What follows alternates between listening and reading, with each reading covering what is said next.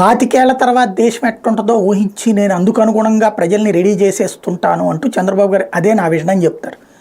ఆయన ఏం కంప్యూటర్ కనిపెట్టలేదు, లేకపోతే 25 తర్వాతన భారతదేశంలో ఇట్లాగుంటాయని ఏం కనిపెట్టలేదు. ఆ ఎక్విప్మెంట్ ఎవడో ఆడే కనిపెట్టుకుంటాడు.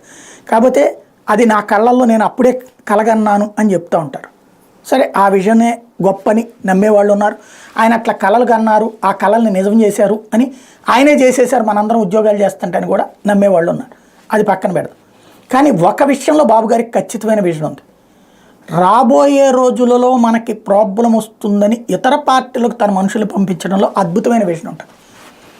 భారతీయ జనతా పార్టీ జాతీయ స్థాయిలో రెండోసారి తను తొక్కి నారతీస్తే, అలాంటి భారతీయ జనతా పార్టీ రెండోసారి కేంద్రంలో అధికారంలోకి రాగానే నెక్స్ట్ ఎలక్షన్స్కి తనకు ప్రమాదం అని భావించి నలుగురిని ఆ పార్టీలోకి రాజ్యసభ సభ్యులనే పంపించినటువంటి విజన్ ఆయనదే. తద్వారా ఇవాళ భారతీయ జనతా పార్టీని ఎదగనివ్వకుండా చేసి తన చెప్పు చేతల్లోకి తీసుకొచ్చుకుని ఇప్పుడు తన కాళ్ళ కిందకే తెచ్చుకుంటున్నటువంటి పరిస్థితి, అది ఆయన విజన్.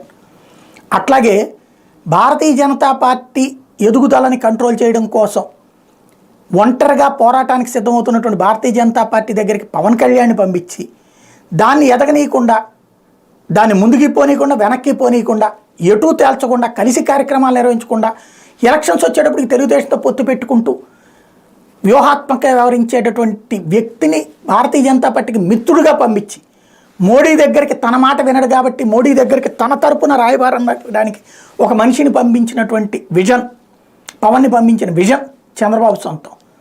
అట్లాగే కాంగ్రెస్ పార్టీలో ఉన్నటువంటి నాయకులు ఒకప్పుడు తీవ్రంగా విభేదించే నాయకులతో మాట్లాడి తనకు అనుకూలంగా మలుచుకుని తన అనుయాయుల్ని, తన అనుకూలుని అందులోకి జొప్పించినటువంటి విజన్ చంద్రబాబు గారి సొంతం.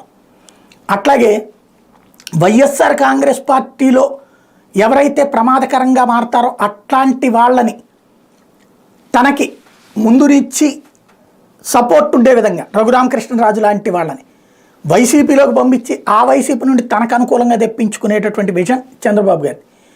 రాజకీయంగా తన పార్టీ ఎదగటం, తను ముఖ్యమంత్రి కావడానికి తను పాజిటివ్ ఇమేజ్ తెచ్చుకోవడం కంటే ఎదుటి వాళ్ళకి నెగిటివ్ ఇమేజ్ లేదా వాళ్ళకు వచ్చే పాజిటివ్ ఇమేజ్ తన వైపుకి తిప్పుకోవడం ద్వారా లబ్ధి పొందడం అన్నటువంటిది చంద్రబాబు స్ట్రాటజిక్ ఎత్తుగడ, రాజకీయ ఎత్తుగడ. అదే ఈ దఫా కూడా ఆయన చేసుకొస్తుంది. ఫలితం ఇస్తుందా లేదా చూడాలి.